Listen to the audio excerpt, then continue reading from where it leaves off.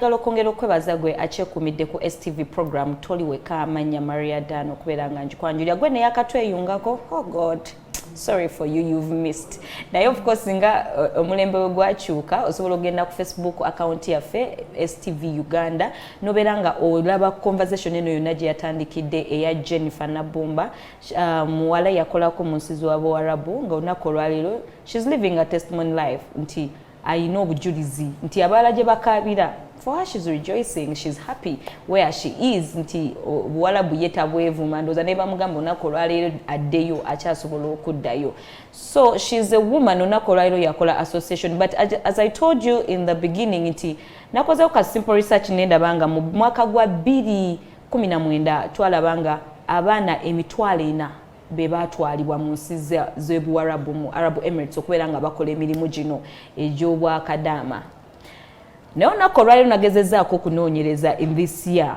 saafunye statistics entuufu. So sinnamanya namba ntuufu olunaku olwaleero nti bwe tubala abalamu bwe gubanga mu 2014 baali emitwalo 4. Leero tuli mu 2021 olowooza ennamba yenkanawa. Kuba ennamba yeeyongera buli lunaku abaana beeyongera okuba nga bagenda mu nsi z'Obuwarabu. Olunaku leero kati tuli ne Jennifer akyatuwulira olugendo lwe. Jennifer. Yes, mkwano. Nawulidde oli CEO Maids Association. Ogitandika ddi? Where did you get the vision? Where did you even get the idea? Oli eri okola association. How did you do it? Idea nagiina nga sinagenda. Kati mu kugenda nagamba njagala kuyamba abaana ababonaabona. Naye bakati ngenda bayamba ntya. Kati awo kyatandikira. Bo wabala nti no embeera yo gorede gyokoledde olaba birungi ate nga stories z'abalala owulira mbi tewafunamu muli akagamba nti naye bano balabika balimba. Gyebiri gyebiri abamu baba kale balimba abamu baba tebalimba naye nga gyebiri. Kati nze nali ngenda naye ko already demaze okuregistering oba okureserving erinnya lino eri association. Yes. Nkuze wali mabigati nagendera ku bintu ebi bibidi kumanya ki kye bayitamu ntandikiddewa nakukola sente. Kati bwe nagenda nakola ebbanga lyange ndoza lyalinga lya myezi gijo nentandika association eno nenfunawo ka office nenfuna abagenda okunyambako ng'ambyeri. Naye kati nga bumanya abantu bene Uganda baagala nnyo sente tebakikola nga bwe nali nkyagala ng'obagamba tukole kino mukole kino muyamba abaana bwe muti naye nga tebabikola. So nenjistopinga mbagamba no nja kugitwala maaso nga nkomyewo. Okay. Yeah. So kino ekyokubeera nti nze sayita mu mbeera mbi oba tebambonyaabonyaako tekyanzijaako kugamba nti bannange nabo bakola ki babonaabona. So nagenda maaso ne vision yange. Okomyewo. When did you come back? I came back last month. Nga 5. So bwe nakomawo nengenda nendabako bazadde bange nenkomawo. Bwe nakomawo era we natandikira.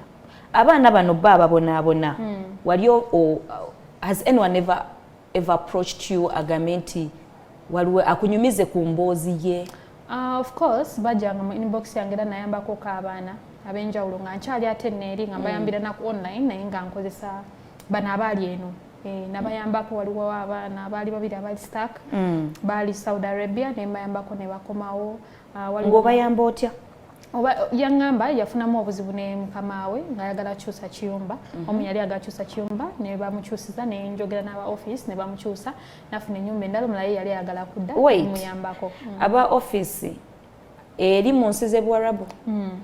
already gwali olina contacts zaabwe? No, we yajja nantuukira nambuulira ebizibu bye nendaba ntya wenyinza omuyamba ne musaba contacts ezo details zo zonna. So helping out. Atandika otya okwa-approaching because you cannot just come out of the blue n'ogamba nti kambulira omuntu ebizibu byange. Ku page yo oteekako? Yes, tulina pages eza Rates for Mates era zaali ziraninga. Then ne page yange ya Facebook nali nkolerangako live. Association bali batandise ogimanya. Yeah, so actually by then ne Jominancha of Bukedde TV yali anyambako ya eno ewaka. Sabana bali batandise ogimanya. Kati abana nga bantuukirira tuyambeko mu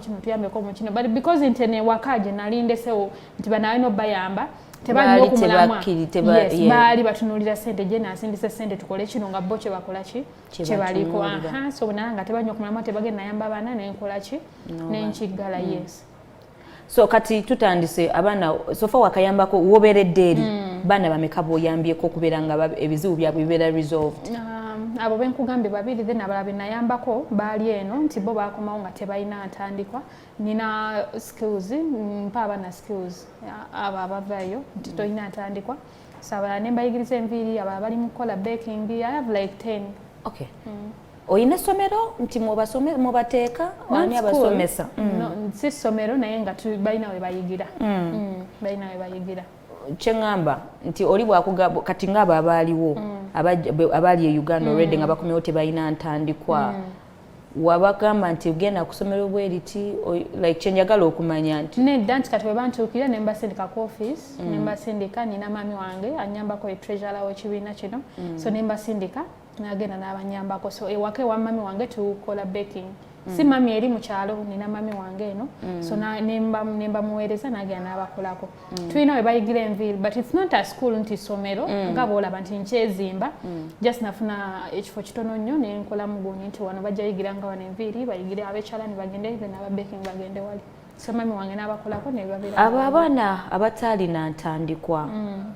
briefly sobotuwako ka story kaabwe kyekyabaleetera okuba nti baava eri for 2 years because ebise singa contracts ezisinga zempulira ezisooka ziba za 2 years tugambe oli yakola for 2 years what really happened okubeera nti no yatuuka okukomawo e Uganda nga talina yadde entandikwa ebiseera ebisinga kwekiva sijja genda nnyo nti ngunyuze stories zaabwe kuba kiba kizibu ya naye nga kwebiva nti abantu baabwe basindikira sente ne Uganda abamu bazirya abamu ne basindikira banking era ako ne bataziteekayo ekirala kiva ku babosi baabwe ababosi abamu tebasasula abaana abamu nekivaako nti omwana bamusasula sente aziwadde ba boyfriend baziridde nga tuuse okudda contract eweddeko on that point banange abaana nga muli bweru tewesiga at least sente zo by the way let me ask kuba kati nyonna kanyezo kwa sikitegeera bulungi bwemba nga ndi bweru nkola sente zange basobola zimpa ne zisigala ku account yange kisoboka ku account ye ne Uganda kisoboka waloka app ke bangambye nakabuza mu sente naye nkerabiddeko bangambye wakayita bato so tusinika sente zo direct ku account yo kubanga bambye abaana olunaku olwaleero owulira stories z'abaana andi bane kati kanjogere n'abalabi batoliweka ng'oli eyo ng'omuntu ali bweru nga akuweereza sente zaakoze mu kiyumba emyaka gye ebiri bane n'okwata sente z'omuntu oyo n'ozirya kintu kya bulumi you don't know the hustle these people go through kiruma nnyo okubeera ng'okutte sente z'omuntu akuweereza emitwalo gye 8 n'agamba oba sente zino nga biraako gundi endala zintere ku account at the end of the day n'ozirya you people mufuna ebikolimo ebyo bikolimo ko mutoyiza kulya sente za munno zaabo nabo banange nze mpulira stories z'abo abaana bazirya ddala nga tebatusaasidde naye association ene egenda kubeera ng'eyambako abaana abo actually abaana abamu tebamanyi na accounts ze tulina kugulawo because tulina different accounts mu bank kati omwana tamanyi account gye nyinza okugulawo ennyamba okusavinga akasente kange obulungi omwana na family zaffe zennyini tetukyazesiga ne family y'omuntu ali akasenteko n'akalya nga tayagala nakumanya nodda ne mulepuka naye ekitabaddeewo luli kati engeri gyekiri nti you've talked about the app in fact njagala ogiwe abalabi batoliweka like omwana ali eyo kuba this thing is going to be everywhere ku YouTube on Facebook omuntu asobola okukalaba nga ali eri nti asobola okumanya app eno nemuyambako okufuna engeri gya savinga mu busete nga tazzeemu kuziwa abantu bagenda kumala akomewo nga talina yadde 10 so tuwe app eyo ndabika njerabiddemuko naye nga nja kubeera nga njibawa bajja gena Facebook zaffe mbeerako live ebiseera ebisinga nja kugibawa naye n'ekirala nze wendi njagala banneesige oba beesige rights for mates ngenda kubeera nga ananneesiga oba mwana n'abafuuse memba nga yagamba nti nze bana efamily yange sigyesiga I'll be saving their money nga nziteekayo mu bank abagala okubakolera kyonna kye baagala bakolera nja kubeera nga nkibakolera mu mikono emituufu kasita obeera ng'olugisitalinze naffe aba rights ng'oli under our umbrella. Okay. Yes. Kati so bayinza kufuna batya? Abatufuna offices zaffe ziri ku Salama Road along Ruafu Road oba ku social media handles zaffe tukozesa Rights for Mates. Then YouTube mugende subscribing tukozesa Rights for Mates, Instagram Rights for Mates, wona Rights for Mates. Elo libajja mu inbox mbeera modam. Then our number is 0754 78 82 57 0754 78 82 57. Eri ku WhatsApp n'abali eno baba basobola okunkubira nze kenyini nzo receiving your calls ate era nja kubeera nga mbaddamu omanya abaana abo bambi bagala ne bafuna obuzibu nti omwana afunye obuzibu n'akubira kampani yamutwala naye oluusi ne bataddamu whatsapps ze ne bataddamu calls zaabwe so nze mbasuubiza office egenda kuba ekola from Monday to Saturday naye ne Sunday bwonkubira essimu ntambula nayo maaso okwera nga nkurisivinga nembeera nga nkuyamba ekyengendo okuyamba n'ekirala bannange eri tubayite ba agents abatwala abaana eyo mu nsi z'Ebuwarabu omwana omututte just take a scenario nti ono omwana wuwo omututte mu nsi eyo afunye ebizibu tewali amukubidde essimu like akubye essimu tewali amuyambye mweteekeko mu bigere by'abaana bano nti bw'oba omwana wamutwala nakubira essimu please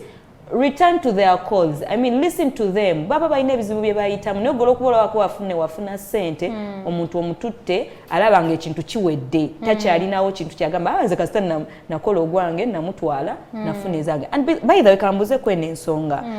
waliwo abagenda nga tasasudde ssente just akufunye bufunyi passport ye n'agireta. I think it's the same way nawe bwagenda bo bana babatwala bafunya batya bagundi baffe babasasula babosi baffe basasula office zeeri then bali ate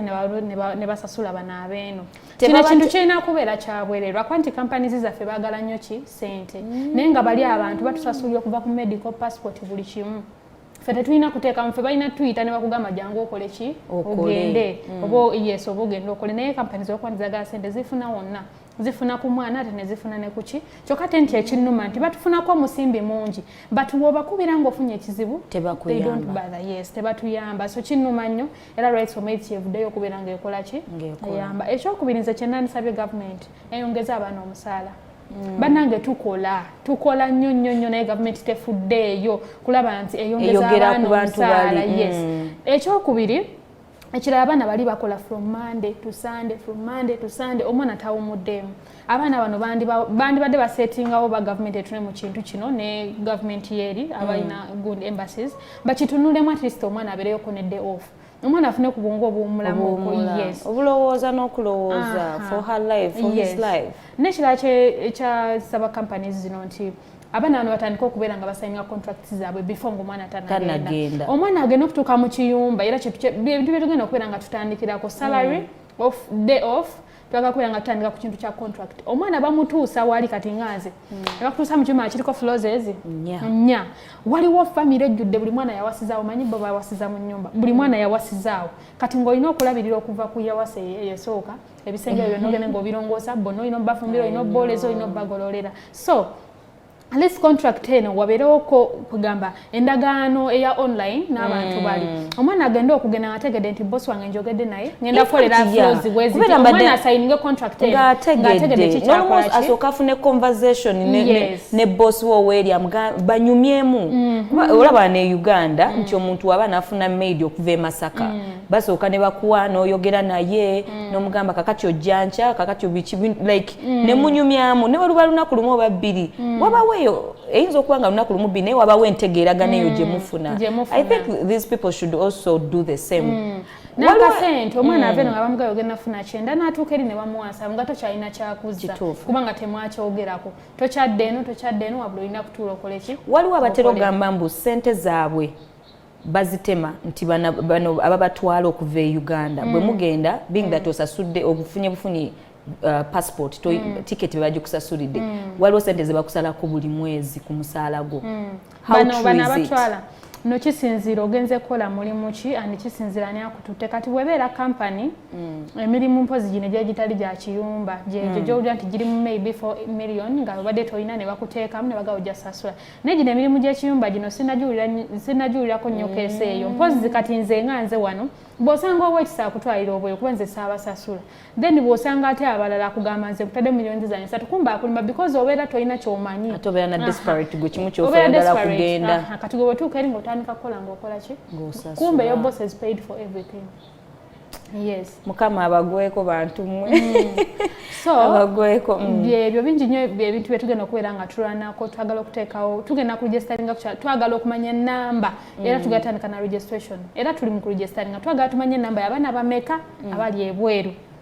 tulina okufollowinga era omwana afuuka memba waffe tugenda kubeera nga tumukolako follow-up buli lunaku okumanya kale tekijja kubeera kya lunaku cause bangi so oyinza obutaba kisobola nnyo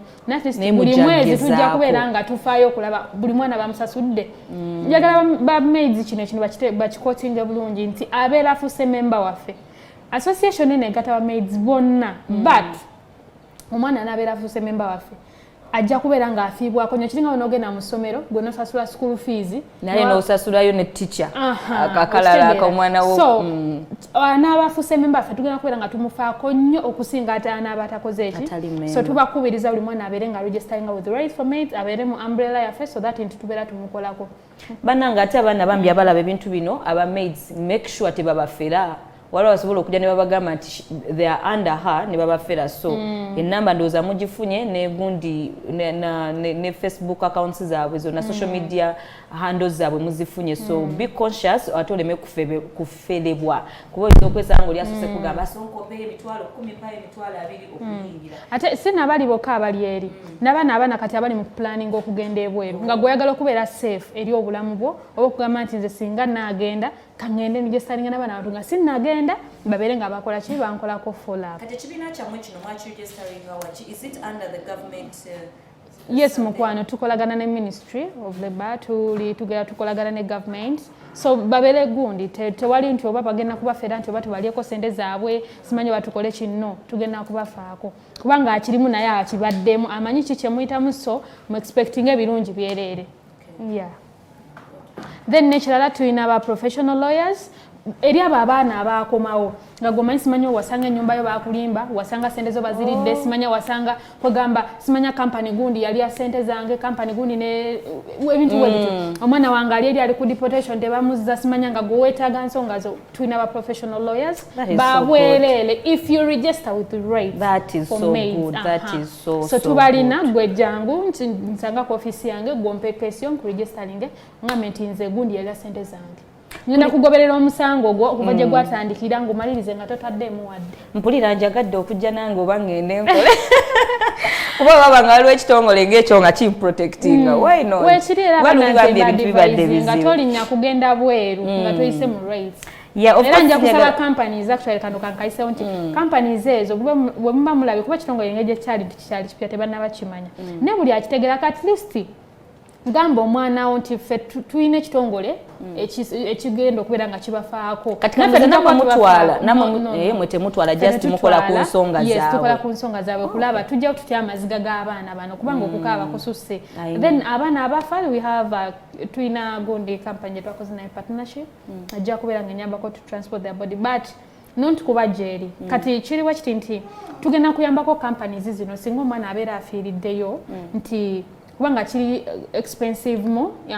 kati tujja kwatagana ne companies zino tulabe nti tukomyawo bode but from Entebbe ebiseera ebisinga companies zibadde zikomyangawo so from Entebbe to that destination okay. It will be right for maids. All right, onako raliro bane tuline tubadde ne Nabanja Nabumba Jennifer she was once a maid